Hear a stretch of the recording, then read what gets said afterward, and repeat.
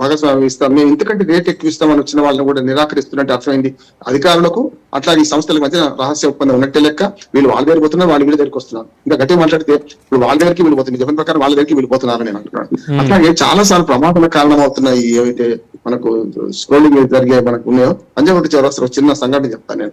నా కారు 10 కార్ల వెనుక ఉన్నది. ముందటి కారు అయినా ఆ మీద స్క్రోలింగ్ జరుగుతుంటాయి కదా, మన ఫ్లైఓవర్ పక్కన అడ్డంగా చౌరస్తాలు కూడా వేస్తున్నారు. అయితే కారు కనబడడం లేదు, అందరూ హార్న్లు కొడుతున్నారు. ఏమిటంటే ఆ అందమైన బొమ్మలు వస్తున్నాయి, దాన్ని చూసుకుంటూ కూర్చున్నాడు. అంటే కార్ డ్రైవర్ మర్చిపోయింది అన్నట్టు. అంటే అప్పటికి ఇద్దరు పక్క వాళ్ళు. ఇలాంటి చాలా సందర్భాలు గతంలో చూసాం సార్, యాక్సిడెంట్స్ అయిన సందర్భాలు కూడా చూసాం. అవును, అందుకని అవుటర్ రింగ్ రోడ్ మీద ఒక్క అడ్వర్టైజ్మెంట్ కనపడదు, చూసాను కదా. ఓన్లీ మనకు మనం ఎక్కడ ఎగ్జిట్ నెంబర్ ఏమిటి, ఎక్కడ దిగుతాము, 1/2 కిలోమీటర్ 2 కిలోమీటర్ల నుంచి మళ్ళీ హెచ్చరిస్తుంటాయి. అట్లాంటిది ఇప్పుడు మనం స్పీడ్ గా పోయే అవకాశం ఉన్న దానిలో కూడా ఈ వీటి వల్ల కూడా ట్రాఫిక్ అంతరాయం కలుగుతుంది. అన్నిటికంటే పెద్దగా ఏంటంటే అవినీతిలో పూర్తిగా పాలక వర్గం అవినీతి ఉన్నది. పాలక వర్గానికి అవినీతి నేర్పేది ఏంటంటే ఎక్కడ వేల వంకర పెడితే వెన్న వస్తుంది అనేది అధికారులు తిష్ట వేసుకున్న కూర్చున్న అధికారులు కూడా ఉన్నారు. నేను స్పష్టంగా చెప్తున్నా, 1/3 సిబ్బందిని ఈ జిహెచ్ఎంసీ నుంచి ఇతర మున్సిపాలిటీస్ పంపాలనుకున్నాను. ఇతర మున్సిపాలిటీస్ నుంచి ఇక్కడికి పంపవచ్చు. అదే ఇప్పుడు వాళ్ళ మధ్యన తగాదాలు ఎప్పుడు దొంగ రోడ్లు పంచుకుంటుంటే ఆ దొంగల మధ్య తగాదా వచ్చినప్పుడు ఇటువంటి బాగా బయటపడతాయి. గతంలో మీటింగ్ పెట్టినప్పుడు వాళ్ళు చెప్పారు, మమ్మల్ని హైదరాబాద్ లో రానివ్వలేదు సార్, పక్క వేరే కార్పొరేషన్ లో కరీంనగర్ గానీ వరంగల్ గానీ ఆ కార్పొరేషన్లకు దీనికి సంబంధం లేదని చెప్పి ఇప్పుడు మీరు దేవాదాయ శాఖ ఉంది అనుకుంటే రాష్ట్రం అంతా వాళ్ళ ట్రాన్స్ఫర్స్ ఉంటాయి కదా.